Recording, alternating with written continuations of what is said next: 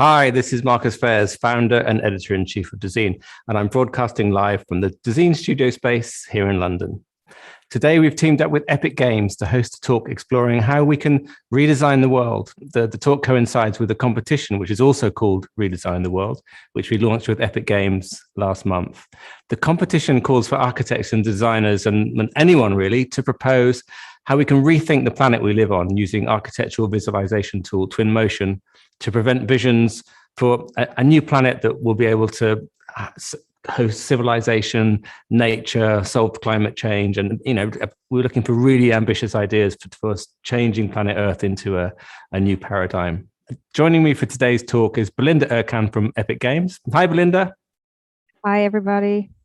Hi there. We also have Holly Jean Buck, a geographer and environmental social scientist. Hi, Holly. Hi, great to be here. We have creative director and production designer Alex McDowell. Hi, Alex. Hi, good morning, everyone. And we've also got Liam Young, who's a filmmaker and speculative architect. Hi, Liam. Hi, Marcus. Hi, everyone. And thanks especially to Liam and Alex for getting up super early because they're in LA and Holly's in East Coast US and Belinda's in London here with me. Oh, not with me, but in the same city as me. So just briefly, if you could all explain a little bit about who you are and what you do, starting with you, Belinda. Yep. Hi, I'm the product marketing manager at Epic Games for the architectural visualization tool Twinmotion. And I own all things positioning and messaging around Twinmotion, and I help communicate what the brand and the product and the values stand for. Great. And we're working with you on the Redesign the World competition. And what is it about that competition that got you excited? Why did you decide to join us on this voyage? Because it's truly trying to make people think outside the box. And I'm really hoping for crazy solutions to a very crazy problem.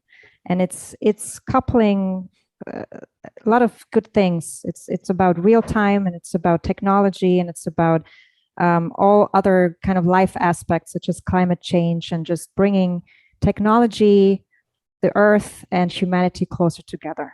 That's truly exciting. And we've got three really brilliant people on the panel today who've got their own particular takes on how we might rethink the world. Starting with you, Holly, tell us a little bit about you and what you do. I'm a writer and a geographer, and as a sociologist, I go out to different communities and talk to people about the changes they're seeing with climate change, the energy transition, and the future they want. And have you come to any particular conclusions about that? What do people want? How would people like their world to change? Obviously, nobody's looking forward to climate change. How can we help people transition into a different world? I mean, obviously, people want different things, but there's some consistency. People want clean air, clean water, and they want to have a say in the future. They don't want it, handed to them by somebody else. Great, and we'll see a presentation for you in just a few minutes. Alex, we've known each other for quite a long time now. When I first met you, you were working in film, and you've sort of transitioned out of film now into world building, as you call it. Tell us a little bit about the work that you do. Yeah, as you say, I've been 30 years in film and then started teaching at USC. I teach world building, which derived from my experience on Minority Report, designing that. But now is really moving towards how to address the real world through this narrative design process. And so I have a studio as well called Experimental, which really does that. Same thing with clients. And then, as I said, teach this to students at USC. And I have a research lab at USC, which is doing a whole other kind of world building for a pancreatic beta cell. And hopefully you'll persuade your students to enter our competition. I will. They'd love to. They want to. And finally, Liam, who also I've known for a very long time. Tell us a little bit about yourself, Liam, and what you do. Yeah, I'm a speculative architect and director, and we really just tell stories with and about space. And more specifically, we build imaginary worlds as a way to explore the global, urban, or architectural implications of emerging technologies. And you're going to show us, I'm sure, in your presentation, your recent project, which was very much along the lines of our Redesign the World competition. And in fact, if you hadn't already done that, I think you probably would have won the competition. Yeah, but our most recent work is called Planet City now, and I'll spend my time kind of narrating the story of Planet City, which is an attempt to reimagine the entirety of the Earth as a single city. Okay, great. So as per usual, each of our speakers is going to give a short presentation, and then we'll have a discussion, and then we'll also be on the lookout for questions from our viewers. So if you could start off, Belinda, please share your presentation with us. Everybody sees what I can see? The slide? Yes. Looking good? Okay. Yeah, so as Marcus posed the question already, why reimagining planet Earth? Obviously, we have global issues to tackle pertaining climate change, global warming, and as much as we might be partially the cause of such problems, we also hold the solution in our hands. And I think real-time technology and game engine technology might play a bigger part in this than we expect. But before I show you some nice real-time solutions, just a quick run on who Epic Games is, and Unreal Engine and Twinmotion and real-time tech, and just helping you to try to connect the dots here. So Epic Games is a video game and software developer founded in 1991, and they are the creator of a game engine called Unreal Engine, which was born in the owner's garage. So Epic Games is as one of those garage stories. And yeah, Epic Games is famous for, we all heard about it, games like, games like Fortnite, Unreal Tournament, Gears of War, and many more games. And these games have been designed and created by game designers and game developers using the game engine called Unreal Engine. And the Unreal Engine as a game engine is freely available. It's commercially available, and we license it to people from the game space, but also to professionals from the non-game space, such as architecture, automotive, film and TV, training and simulation. So the Unreal Engine is being broadly adopted and recognized across industries. So that's Epic Games and Unreal. And now Twinmotion. So there was a very smart team. This team at Twinmotion saw the benefits of and the value of real-time technology coming along with game engines.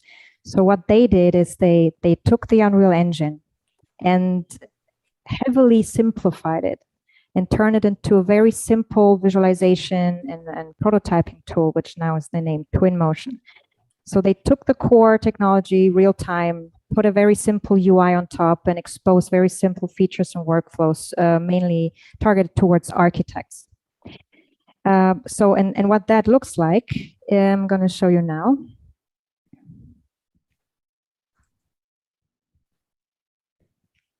Yeah, so Twinmotion is an architectural real-time visualization tool, mainly designed by architects for architects who really want to have a quick and easy way in visualizing their CAD data in a way that's both quick and visually appealing, you know, without having to go through a myriad of rendering settings and parameters and without all this complexity. So it's precisely designed for ease of use and for quick visuals and for quick prototyping. So it's designed for those who are not necessarily, you know, visualization specialists, but it's designed for anyone, non-professionals and generalists who really want to get a glimpse and a feeling of real-time environment and what real-time feels like and how you can convey your ideas in real-time and get instant visual feedback right out of the box. You see, it's a very easy UI, icon-driven, slider-driven interface. You can drag and drop real-time assets into your real-time space, and it's like you see what you can get and you get what you can see. It's not coming at the cost anymore of either speed or image fidelity. You have smart assets reacting in real time to your environment. You can do all sorts of, sun studies and explore the relationship between the designer and the building in real time. And yeah, that's why it's growing in popularity. We have a thriving, bustling user community that creates stunning images, conveying their stories, their ideas, the moods, the atmospheres, all coming through. And now, if we show this to a traditionalist, who are still using traditional software and don't want to really, leave their comfort zone and are not yet ready maybe to jump on the real-time bandwagon, they say, yep, cool, but I can do that as well with my traditional rendering softwares. And it might take longer to get there, but I will have a photorealistic image, photorealistic end result, and I have all the controls and the buttons at my disposal. Yes, I agree, but I'm not sure if with traditional software tools you can do this, namely jump into your static image and turn it into something dynamic and explore your idea from the inside out and just, navigate and explore it from all sorts of angles and perspectives and really, harvest the power of real-time technology here. So that's why we're saying Twinmotion is a simple real-time visualization tool for generalists who really want to just get a first feel of real-time environments and start telling their stories.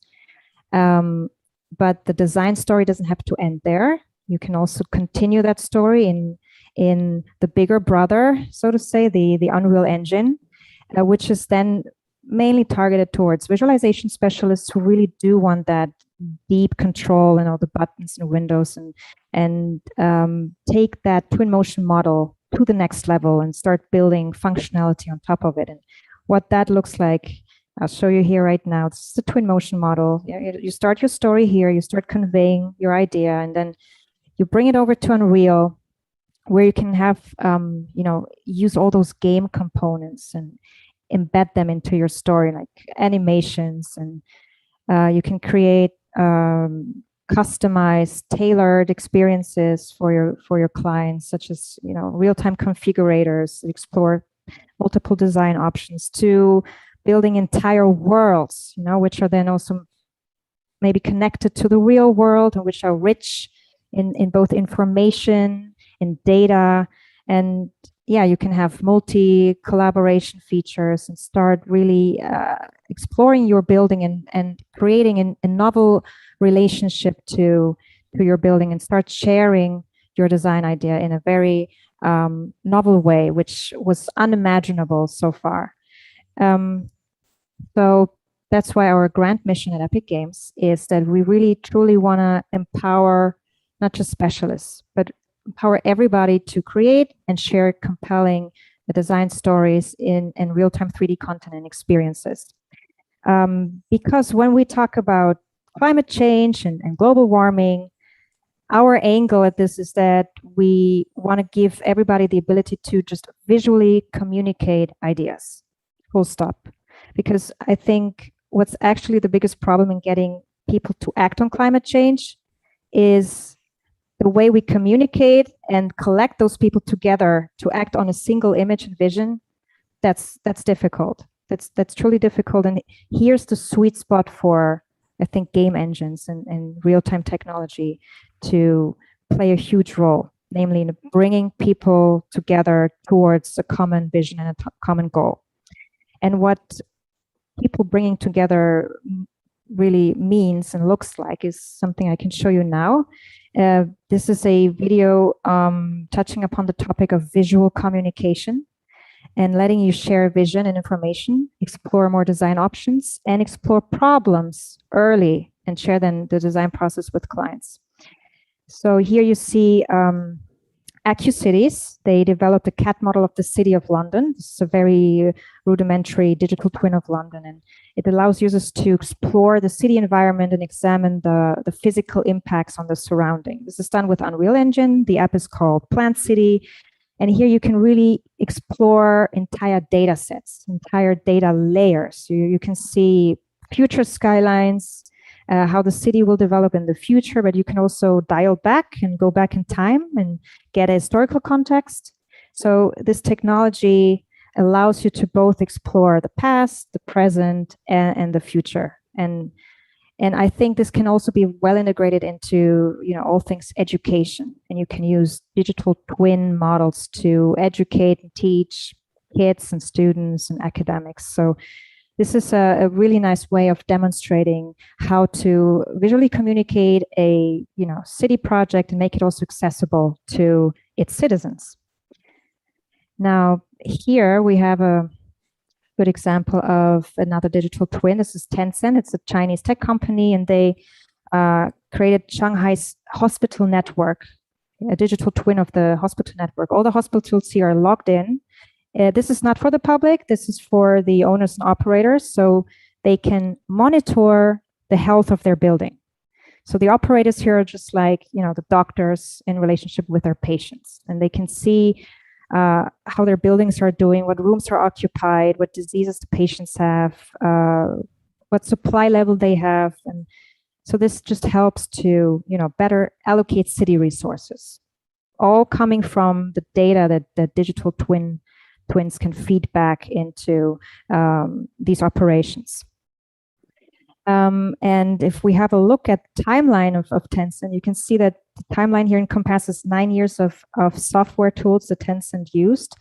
And they tried many frameworks and now made the choice to go with Unreal technology because they really want to leverage the power of real-time, visual scripting, graphical quality, all the collaboration features, and the ability to use IoT and digital twins and just make it all interconnected and accessible to operators, owners, or citizens alike. Then last but not least, Build Media has created a digital twin of Wellington. It's a city in Australia, and here they integrated IoT data into this 3D model and created a public portal so that residents can log in and understand what's actually happening in their own city. And yeah, question here is, how can technology help shape the future of cities if it's not also used to involve its citizens? And this is the best example of what it truly means to bring people together and get them involved in such developments. Because no one really wants to log on a government portal and go through PDFs and docs. And so this is a new way. It's a 3D interactive world and communicating and involving people and citizens. And I think this is also what people want. They want to be, when they learn and get educated and get informed, they kind of also want to be entertained in a way and visually stimulated. And this is a nice way of, visually explaining something in a story-based fashion. So yeah, that's it from my side.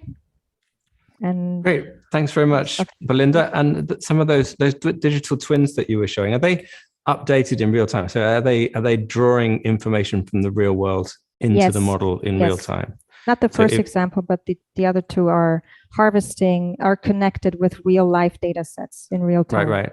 So the Tencent one, for example, if they were to look on the 6th floor of a particular hospital, they'd see which beds were occupied at that particular moment. Yeah. And to your knowledge, has anyone used the software, Twinmotion software, to show what might happen to the world through climate change, for example? Can you sort of dial forward in terms of temperature change and sea level rises? You can certainly set up such a process. There are certain features that we took from the Unreal Engine, embedded them into Twinmotion. It's called the phasing tool, and we're constantly improving this in order to show such timelines and be a time traveler in Twinmotion, because that's also very important, that we're not just looking to the future, but keep the past in mind. It's interesting you're talking about nobody wants to go on a government website and download PDFs. I was reading the Ipcc climate change report the other day, and I would have loved to have seen a little short movie that explained what it's going to be like. Yeah. Which leads us neatly on to Holly, because in a way those are the kind of pictures that you paint in some of your research, or at least you find human narratives around these changes that the world's going to go through. Do you want to share your screen with us now, Holly? Sure. And I will share a few graphs, but not too many, I promise. That's okay. We can handle a few. Yeah, I thought I'd start by telling you a little bit about my work. So I'm a social scientist. And so I look at analysis like this from my colleagues in this scientific community, which are indicating what we need to build to enact the energy transition and confront climate change. So in this case, this is an analysis of a transportation network for carbon dioxide. So it could be both used in other products and stored underground. So, I mean, if you look at that map, you have a sense that a lot of stuff will be built, right?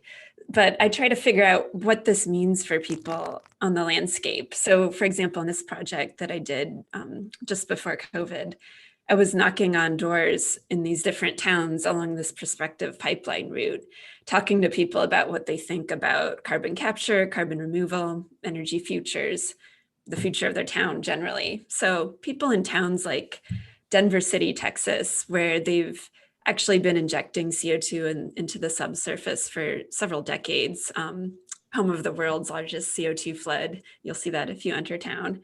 But also people in Kansas and Iowa, where they might be navigating aquifer depletion or thinking about what wind energy means for their landscapes, thinking about growing biofuels for bioenergy that could be paired with carbon capture and storage. And so their spaces are being redesigned both by depopulation and, you know, all kinds of changes. And I think we can't forget about these people because these are places that influence our climates. These people are voters with interests. And so to enact this massive transition, we need their interest and support for it. So back to this question about why we need to redesign the world and what architecture and design has to do with it. I mean, this is a chart for keeping warming below 2 degrees. It shows a few basic things that we need to decrease emissions right away, very sharply, that we need to build the capacity for negative emissions. So net zero is a target that implies balancing some amount of positive emissions with some amount of negative emissions. And so for 2 degrees, this would happen towards the end of the century. If we wanted to shoot for 1.5 degrees, which is strongly recommended, it would be at mid-century. That's why we've had all these net zero by mid-century targets coming out. And so that's a very quick shift in the built environment, in rural landscapes, possibly ocean applications for some of this too. And so it requires both building new things, retrofitting old things. You can think about it by sector, so full electrification of everything, greening the building sector, changing transportation. You know, this is a breakdown of where these emissions are coming from, and each of those is a system that needs to be redesigned and rebuilt. And I'll talk a little bit more about removing carbon from the atmosphere, just because that's my specialty. Decarbonization is kind of the main work here. But beyond that, we also have to pull some carbon out of the atmosphere. Here's the one more thing about decarbonization. You know, you often hear about the scale with pictures like these. So this is telling us that, you know, here's a timeline for turning over our vehicle stock.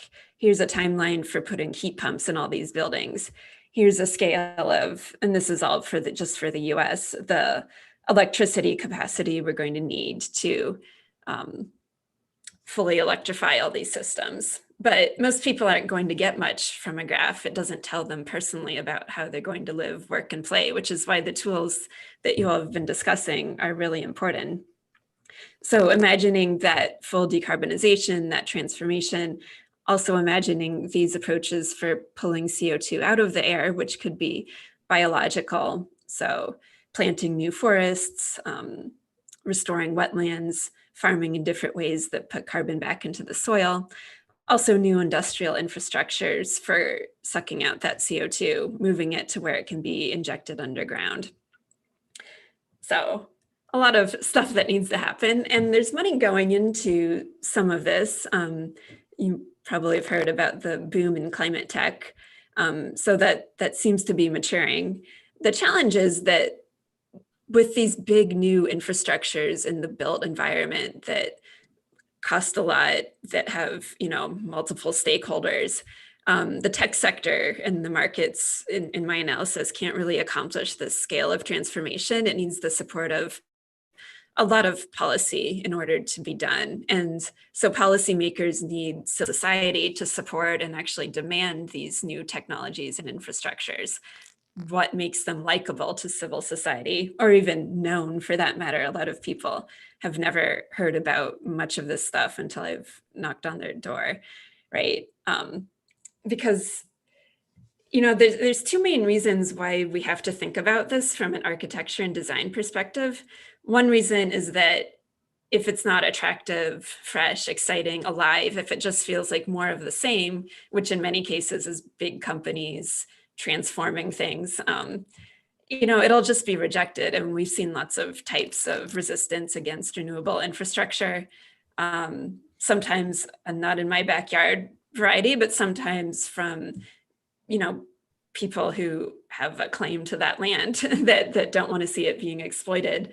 And so the second reason that we need to think about this transformation from the perspective you are taking is that we have a chance to reconfigure power and space in ways that give more power to people and make the new energy systems, the new agriculture, transportation systems less extractive.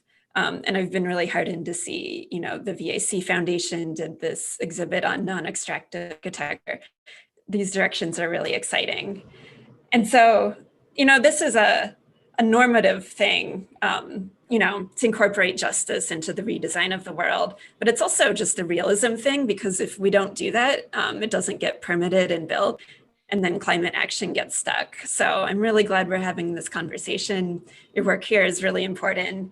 These technologies, like what Belinda was sharing, I think are critical to help people understand and shape and get excited about possible futures, instead of just feeling like they're this thing that's coming at them, So I look forward to our conversation and to learning from all of you. Holly, have you used tools like Twinmotion when you're knocking on doors? What do you show people? Do you show them graphs, or do you show them sort of pictures of wind farms? How do you communicate to people the scale of change that may happen in their neighborhoods? In my last project, I was mostly just having, conversations in their living rooms with some maps or diagrams. But I think this is going to be my next direction, and the part works in real. So I'm going to have some free labor, hopefully, with that. It sounds like you've got a plan. And in our competition, Redesign the World, I mean, obviously, the stuff that you're showing, the world is being redesigned or remade constantly, and there's going to be a even bigger surge of change, obviously, in the next few decades. But when we talk about Redesign the World as architects and designers or journalists in that sector, we're talking about there being some kind of coherence to the plan, people thinking about where it's going to go, planning it a bit, thinking about what things are going to look like. Is that happening with all the CO2 pipelines, for example, and the wind farms? Is there anyone there actually designing that stuff, or are they just looking at a map and thinking, we'll put 100 there? I mean, things like wind farms or solar farms are a bit easier, and there's planning tools and processes that the companies use. Something like a pipeline infrastructure is going to be really tough, and it's going to have a big federal government role. In the U.S. infrastructure bill, there's $2 billion for that, but I don't think it's actually going to get very far, because people aren't going to be very welcoming to these pipelines unless they see an interest in it for them. And does that mean that an interest, like in a lifestyle interest or financial interest, or would it be more acceptable to them if it simply looked nicer? Can it be considered as a kind of aesthetic design problem, the acceptability angle? I mean, I think that's kind of an empirical research question, so I'd love to kind of test that out and see. But I think it's a good working hypothesis that is actually important to people. Great. And I think in Europe, I think it's fair to say we're kind of maybe more concerned about the aesthetics of infrastructure than in the States. Let's go now to Alex. If you could tell us a little bit about your work, Alex. Yeah, of course. So I mentioned that our work and my work is based in world building, which is really a narrative design system. And I think increasingly what we're doing is trying to build this systemic approach to world building, which is not exclusively dedicated to real world problems, but more and more it is. But the design system we're using is about building interior logic. And so we do deep research. I mean, I think I would love to talk to Holly at length about the project we're doing at the moment. I was going to share a little bit about of the breadth of work that we do, and all of which has been driven by world building. And then I wanted to talk, and I'm going to talk a little bit about this project I'm doing with my class, which is very specifically trying to find a different way at looking at the world now and find a new perspective for the students I'm working with. So let me just share screen for a second.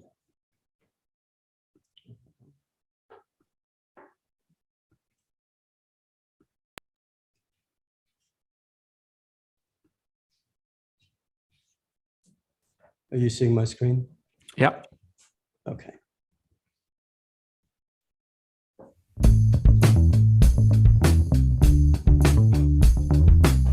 In 2000, when I designed Minority Report, the writer and I started on the same day.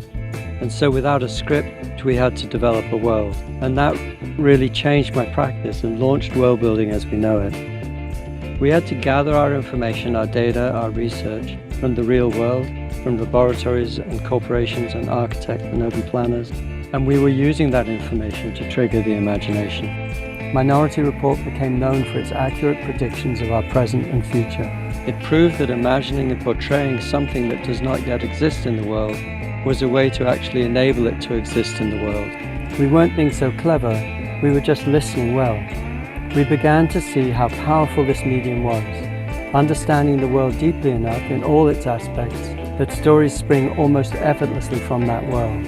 If we're able to tell a convincing story that will immerse an audience in a completely different kind of outcome, and if we can thread this back into our present and reveal the steps we have to take as designers, as media makers, as educators, as manufacturers, as scientists, to shift direction and move towards that vision, then maybe there's an opportunity here to re-engage the idea that storytelling actually changes the world. Experimental is built on world-building design systems that are the foundation of our So what we're doing, industry, institutions, education and entertainment. It's a powerful engine for change. Can you hear me okay over there? Platform imagined. Yeah, we can hear you, but we can also still hear the movie. So maybe turn the sound down a bit on the movie. In my 37 years of membership. Okay. So this project we're doing with my class is a project called Planet Junk. We started doing it in the spring. And quickly what we've done is I've been working with a school called Austral University in Buenos Aires in Argentina, and with a school on the East Coast in Nebraska, the Johnny Carson Center for Emerging Media. And what we've done is we've recruited now 14 different universities in 10 countries and 6 continents, all working on this same project. And the project is to destroy the world, actually. What we're doing is asking our students to destroy the world in the next 30 years using deep research and to speak to as many consultants, to speak to as many specialists and experts as possible to create a perfect storm and see what would happen if the world did kind of play out in the worst possible way. Now, world building is not a dystopian, we never deal with dystopia. And this is the first time we've kind of gone in, which is obviously dystopian. But the point is to create a ground zero. And then to ask the students to build a new world 300 years in the future. And what we're finding is that the students, by examining deeply the ways in which the world could break down to the point that there is really no infrastructure, that they have to reconsider from the ground up how the world works. It gives them a 300-year perspective back into our present. With world building, we do that almost always. We place our clients, our participants in the future. We ask them to live in the future. And so what the students are doing is, from that perspective of actually living in the future, building projects in any medium, and we have we have animators and architects and filmmakers and interactive media makers and scientists, biologists, physicists, economists. The class draws from a very broad range of students across campuses. And so what we've got happening now with these multiple universities is an investigation of their local environment with respect to what is potentially playing out badly in their environment, allowing them to see that play out sort of with this perfect storm, all from a perspective of different cultures, different places, different locations, and then building this global view now. We're building essentially a kind of real world metaverse, horrible to keep using that phrase, but I'll just turn that off.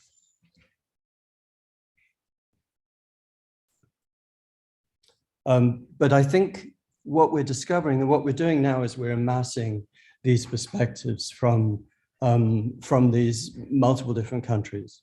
And as we move forward, and this is an open-ended project, we're gathering more and more schools to the project, that we're building this kind of global archive of different perspectives, all focused on building an entirely alternate world from which one can look back and see essentially what we need to do to avoid what's happening now. So just to take a step back, Alex, for people who don't understand what world building is, world building is a technique that you use in filmmaking to sort of to flesh out the universe of that story, right? So if it's set in 100 years' time, you design what the furniture will look like, the language that they'll speak, the newspapers that they'll read, or the alternative to these. Is that an accurate description of what world building is? Yeah, very much so. As I said, narrative design system means to systemically look at the larger world space and then move in bit by bit through, and if you use the city as an analogy, into the district, into the neighborhood, into the street corner, take a vertical slice, go deep into that vertical slice down to the door handle, if you like, and then inhabit it. And then when we work on a world, we are essentially bringing to life characters who live in that world. So we're occupying the world, we're seeing the world through the lens and third-person lenses of characters in the world, and then pushing them back into the world. But every step of the way, we are trying to make that world real in every way, and aspirational mostly, so that people are living in the world and creating a world that they would like to see, not dystopian or utopian, but definitely down to the chairs and the details of the architecture and the finest level of detail, because then people believe they're there. And you've obviously now taken this technique out of the world of movies and into broader consultation. But this Planet Junk project you're talking about, that sounds like the antithesis of our Redesign the World project in a way, because we were hoping to come up with a world that's more habitable, but you're looking to come up with a world that's totally uninhabitable. When you say destroy the world, presumably you mean destroy human civilization, not break the planet in half. No, absolutely. And what we're really trying to get to is what happens if infrastructure breaks. And in fact, what we're doing the opposite of destroying the world, because we're asking every participant to build a world, literally taking all of the existing conditions of the world, taking the expertise of the people who survived this event, and then rebuild it. But really the point of it is to have every student understand deeply what needs to happen or what is happening that is going to lead and spiral out. So in a way, what we're trying to do is not take this optimistic view of everything's going to be okay, but actually get a perspective of what if it really isn't okay. And then, in the early stage of every class, they have to speak to climate experts. They have to speak to people who are looking at solar power, people who are looking at the future of education, ocean farming, every aspect of the ways in which you would actually understand what's happening in the world, and then look at sort of focus on those aspects that can be tapped into. I mean, there's a lot of focus on ocean and ocean resources, because you lose the land infrastructure. So what I think we're doing is the opposite of destroying the world, and I think we are actually directly in line with how you reconsider the world, let's say, in terms of the current chaos. Great. Well, I'm unconscious that a couple of our speakers have to leave sharply at 4 o'clock. So let's move on swiftly to Liam, so we have a time for discussion at the end. Hi, thanks. So what I'm going to do with my time is take everyone on a journey through our attempt to redesign the world. It's a project that is not necessarily a proposal for precisely what we should do, but rather a provocation that hopefully gets us talking about the world that we have now. So please stop me if you don't hear sound or see video, but hopefully it will all work.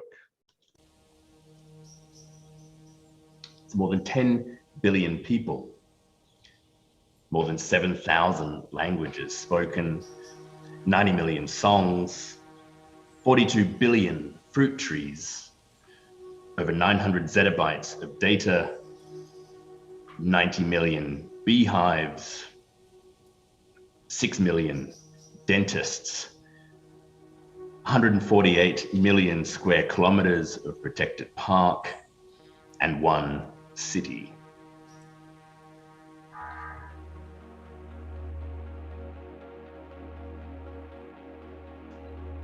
What we call a planet city.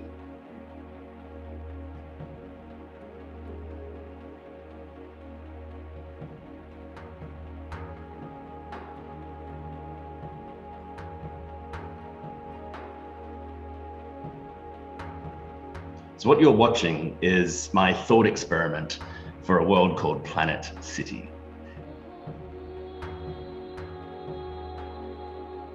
It's an imaginary city for 10 billion people, the projected global population of the world in 2050.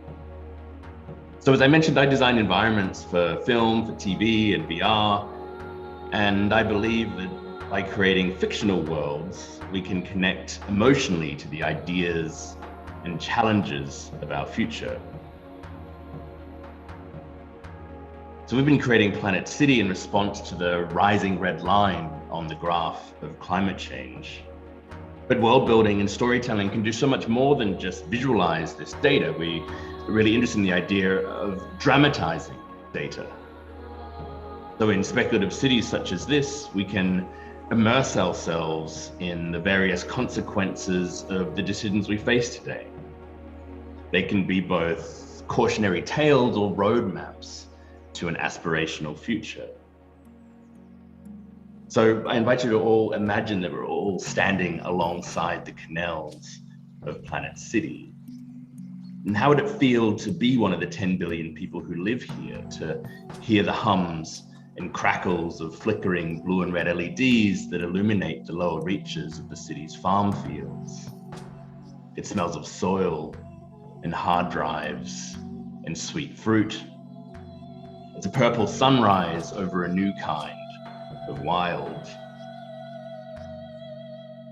So 5 years ago, seminal biologist Edward O. Wilson proposed a new world he called Half Earth. It's a plan to stave off mass extinction by devoting half the surface of the Earth completely to nature, and then consolidating human development to the other half that would remain. And this is where the speculation of Planet City begins. But as we started to design and visualize this radical reversal of our planetary sprawl, we soon realized that we could actually go much further. Because in its most provocative form, if we were to reorganize our world at the intensity of the densest city that already exists, then Planet City could occupy as little as 0.02% Earth. And could we imagine coming to a global consensus to retreat from our vast network of existing cities into this one hyperdense metropolis? What would it take? What would it look like? So our imaginary city would allow us to surrender the rest of the globe to nature, to return stolen lands and rewild in our wake, a new national park of the world, to be visited and tended, but not exploited or extracted. The invisible lines that once divided us would fade beneath this planet of trees. And in the streets of Planet City, we can prototype some of the necessary lifestyle changes that will be required in order for us to continue to sustain human life on this planet. We can explore how such a new world could evolve, not in a singular forced move, but perhaps in a slow, multi-generational retreat from the world we once knew. And to build Planet City, we could remine our old cities rather than virgin ground. No new resources would need to be consumed or extracted to build this future. And the world shipping fleet that was once used to scatter matter ripped from the earth into our malls and storefronts could be reversed and repurposed to bring all that material back together again in the geological strata of the new city. And the ghosts of nation states would give way to the city's new neighborhoods that could be formed around shared cultural practices as we perform new myths of care and belonging and recreation.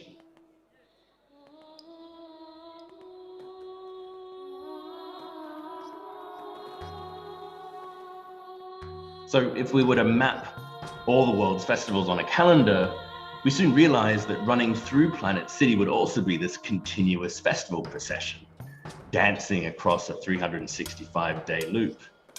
And each day amongst the flittering confetti, it would intersect with a new carnival or culture, endlessly cycling through new colors and costumes. So to design the systems of Planet City, we traveled to and researched and filmed the mega-scaled renewable energy and agriculture sites that already exist around the world today. The world's largest thermal solar plant in the Mojave Desert, the illuminated indoor farms protecting crops from harsh Siberian winters, the most productive wind energy network located in Gansu, China, or the world's largest algae farm in Western Australia. And these monumental infrastructures, as Holly was describing, they're already evidence that much of the technologies required to regenerate our climate are actually already here. So in Planet City, we just remove the political roadblocks or the lack of cultural investment that currently holds them back, and we visualize how they could be operating at global scales, not out on an industrial periphery, but woven through the very fabric of the city itself.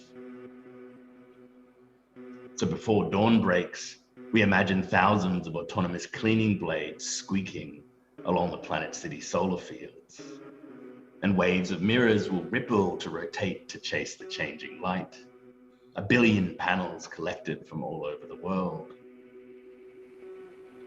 And the batteries of Planet City will be alive with fish and pink algae, as excess wind and solar power is used to pump water through the canals to high altitude holding lakes in the city's upper floors.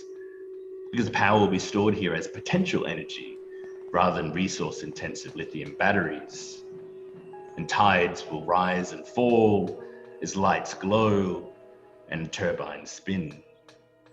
So although widely speculative, Planet City and imaginary worlds such as this can be grounded in the real science and technology of the present moment, meaning they can be places we can project ourselves into. We can fish the city's battery lakes. We can follow the seasons up through the towers, collecting honey with the Planet City beekeepers. We can fall in love amongst the pink algae blooms before harvest. Because Planet City in the end is not a proposal. As I was saying, it's a provocation. It's a thought experiment that shows us that we don't have to tread so hard across the earth. Because if we can imagine these systems working at the scale of 10 billion, then the only thing standing in the way of rewiring and consolidating our existing cities is ourselves, our own biases and blind spots, and politics and prejudices. Because in many ways, each of us have been living in a planetary scaled city all along. We have urbanized the planet from the scale of the cell to the tectonic plate.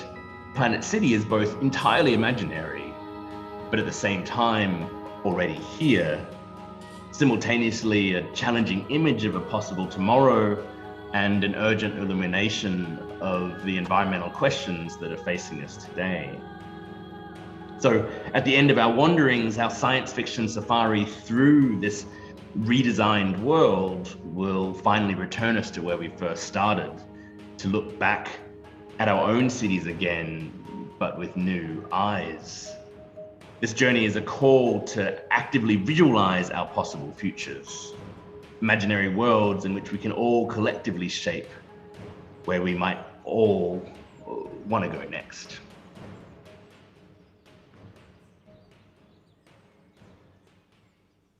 Thanks. Thanks, Liam. And you ended up saying, wondering whether we might all want to go there next. Maybe Holly could knock on some doors and show people pictures of planet cities and see what reaction she gets. But I know it's a provocation, but is Planet City, is it feasible? Do the numbers stack up? Could 10 billion people live in one city and have all of their power needs and their food needs provided?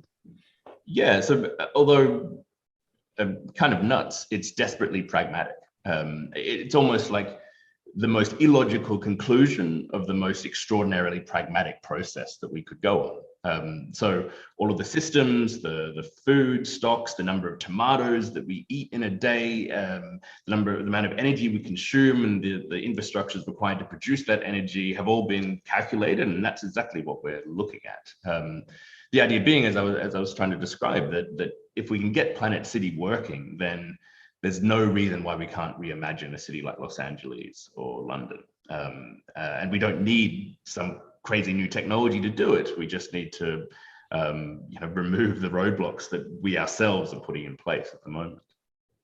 And one thing that's interesting about Planet City is it's kind of an example of world building, as Alex was talking about, but it's not a backdrop to a cinematic narrative. It's not a backdrop to a shoot 'em up video game. It's a provocation that stands up in its own right. Why did you decide to do it that way and not sort of sell the idea to a filmmaker so that there could be a love story superimposed over the top of it, for example? Well, there may well be a love story in it, but I guess what we're trying to do with the project at the moment is create a kind of antidote to the sorts of world we normally see produced in cities like where Alex and I are at the moment. This isn't a hero's journey narrative where our singular, generally male, white hero kind of riles up against some corporate dystopia and kind of smashes the world as it means to remake it hand in hand with all of the rebellious youth that would follow them. We're trying to look at, a really pragmatic example of a world that prototypes a lot of the necessary lifestyle changes that might be required. I think part of what Alex has been trying to do with his process of world building and something that we share would be the idea that equally, these Hollywood narratives could be set in a city like Planet City. There's no reason why the world that gets blown up by alien invaders can't actually be filled with critical open ideas about what our future should be. And I want to ask this same question to all of our panelists, but starting with you. What's surprising about things like Planet City? And what's surprising about some of the work that Alex has done on the sort of global scale is how rarely it happens. I mean, we've got literally millions of architects and designers in the world, but usually they're looking to design a very small chunk of reality, whereas you're looking at the entire picture of the other. Why do you think there aren't more attempts to design on a global scale? Are people scared or intimidated, or they don't think it's right, or it's a bit kind of arrogant to look at the whole planet? Yeah, all of those things, I think, and probably rightfully so. Like, I think there's a great history in architecture of the genius singular designer trying to redesign the world in their own image. Planet City is a kind of a collective process with people like Holly that's been involved, and with a global network of scientists and technologists and writers from all over the world, not just here in Los Angeles. And I think that's something that we could be thinking about in the context of this competition, like rather than just like imposing singular views, what does it mean to create spaces and reimagine a world full of collective narratives and representing cultures that don't normally appear in these kind of architectural visions of our reimagined world? I think that's an interesting challenge. And same question to you, Alex. Why do you think there's a kind of reluctance to think about the planet as a singular design project? I mean, people are starting to now, like Bjarke Ingels has come up with his master planet concept, Liam's done his movie, but why often Hollywood would often go to another planet, wouldn't they, when they wanted to start again? It would be like Star Wars, some kind of complete non-existent world that they built. Why not? Why is there reluctance to tackle planet Earth's problems from a holistic point of view? I think people are daunted by the scale. And I think one of the things we find all the time, and the reason we come down to this idea that I was talking about as the street corner, is that it's difficult to take it all in. But if you create this microcosm, but understand absolutely that it references the macro, I think there are ways into that. But what we're hoping to do with this Planet Junk project is to create a sort of central hub, something like the Fab Lab Consortium, where you have this kind of open source center that can network out to anyone, to anywhere, to as much, whatever scale necessary. And so you're giving people a new methodology, really, to say, okay, I can actually get this insight, and I get this insight. And if I gather it all together, I'm a contributor, but what I'm contributing to is a perspective on the whole world. And I think that, you know, that the high level part of this, I think, and again, what's great about this competition is that we have a responsibility, and I'd call us art scientists now, because I think we are finally beginning to understand that there's no barrier there between the arts and the science. We have this massive resource between us, but it's our responsibility to provoke, as Liam says, a different aspect, a different viewpoint as much as possible. We carry the power to do that. We carry the power to create frameworks for people's imagination, but allow them to live there. And I think that provocation is what we should be doing right now. It's only going to change. You know, you have a sense, there's always this little piece of like, this and this and this is happening, but we have a way out. That's fantastic. But unless you actually take people into that space of what does a way out look like and what does a not way out look like, and then be able to redetermine or position your responsibility in the present to get to that aspirational future that you now have seen. I think this is entirely feasible, but it is our job to kind of create the systems that allow people into it.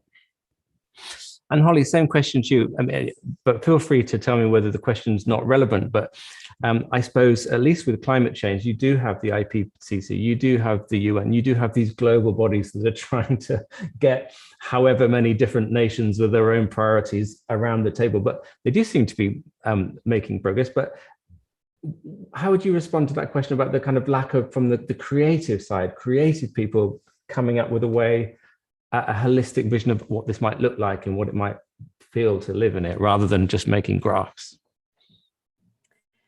Yeah, I think there's two things going on.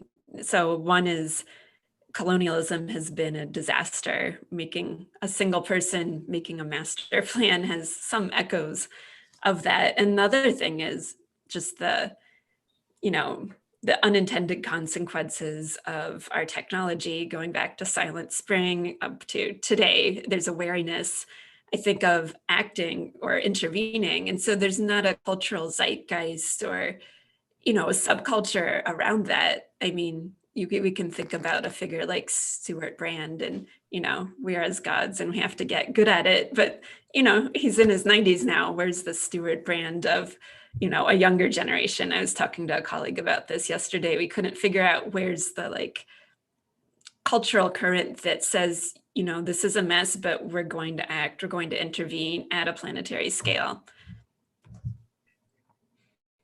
I suppose we have Greta Thunberg, but she's not really, while she's a wonderful person, she's not kind of, for me, not giving me a kind of an idea of what I can do. It all feels a bit like what I can't do. Maybe we need someone who's a bit more empowering and positive. And I don't know where I'm quite going with that thought. But Greta just needs to start using Unreal and in real-time 3D and start actually doing something. Greta needs to. Well, I was going to ask you the same question, Belinda, but maybe it's because people didn't have the tools before, and now potentially they do have the tools. So I guess to turn my sort of half thought out thought there into something a bit more constructive, like maybe now people can emerge with visions that we can all buy into because they finally have the tools with which to paint that picture. Yeah, that connects back to what Alex was showing with Planet Junk.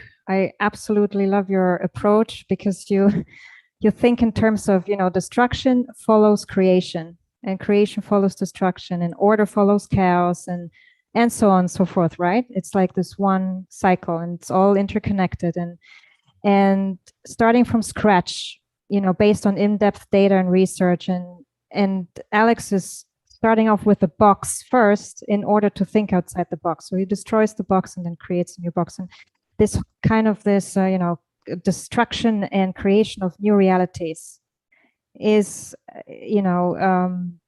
being made possible through the use of technology, the advancement in technology, real time, and so on and so forth. And it kind of like simulating the old and the present and future realities, and being able to test and prototype freely without harming anyone in the real world. That's, I think, one of the major critical points of why our fears are being, eliminated, and why it's less daunting to think in such big scale concepts. Yeah.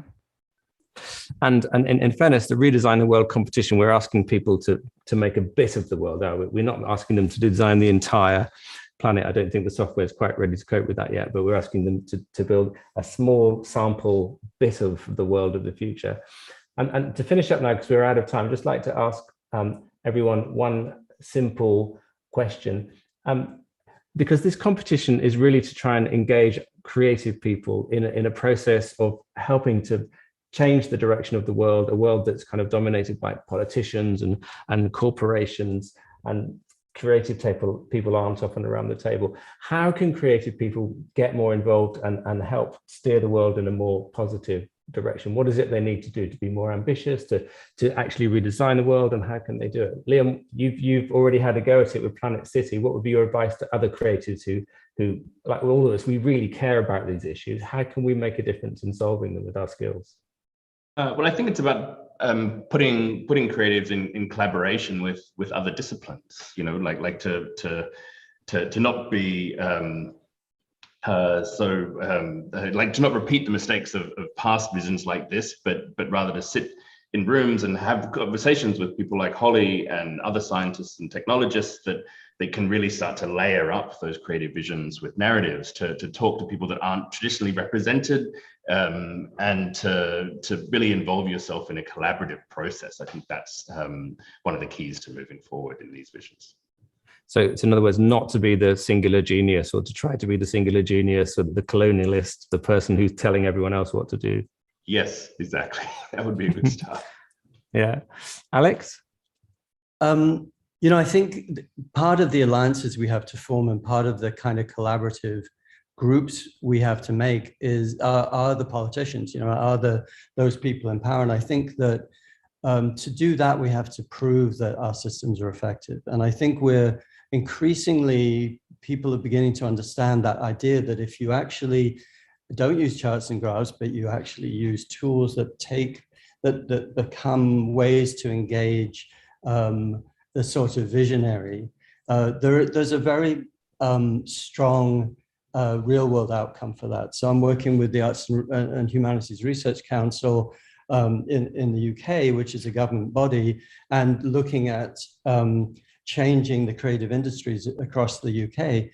You start getting into a new kind of alliance, and that's purely a return for the UK, right? This is new industry, but you're steering industry, or you're adding to that sense of responsibility. So I think now we're in a very strong position, and it's very much to do with the fact that no one can rely on anything, right? The last 2 years have proven, without a doubt, there is nothing you can rely on from the past. And so corporate leaders and government and the people who once upon a time would be telling us absolutely, like, this is what's going to happen. We can imagine, we can remember what's happened in the past. We can see this arc into the future. They can't anymore, and they really have to start relying more on us all. And that idea of a kind of collaborative, of what we really are deeply engaging in, this idea of art science, is it's not just these little creatives over here in their own pockets of space. It is everybody in Alliance now. And it's all of these systems that we're creating, the tools that we're creating, and the rapidity and the real time is incredibly important, because we have a power that those people do not have, if you like, those people out there. And so these alliances are happening already, and they're making real change. Great. Same question to you, Holly.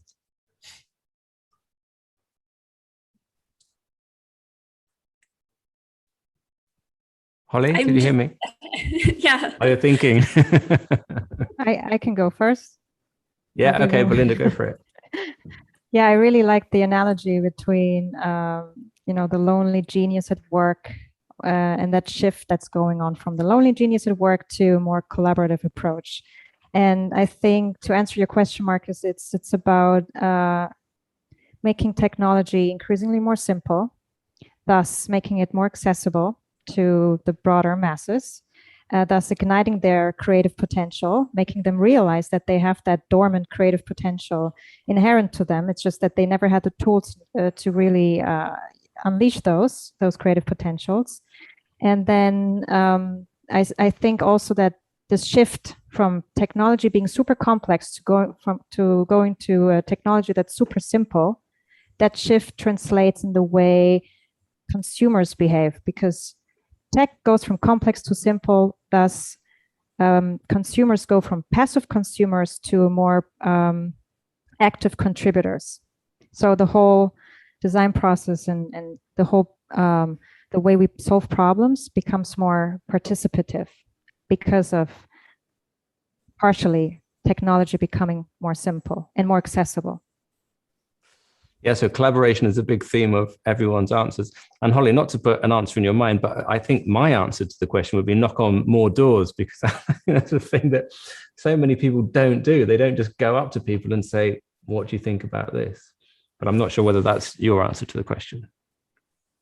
I mean, I guess it's a really challenging one, because even if you can get access to tools for visualizing, for understanding, even if you can get the education, if you get kind of people cohering around a vision, there's still political and institutional obstacles to tackle. But I do think, having access to tools, being able to articulate a vision is the first step.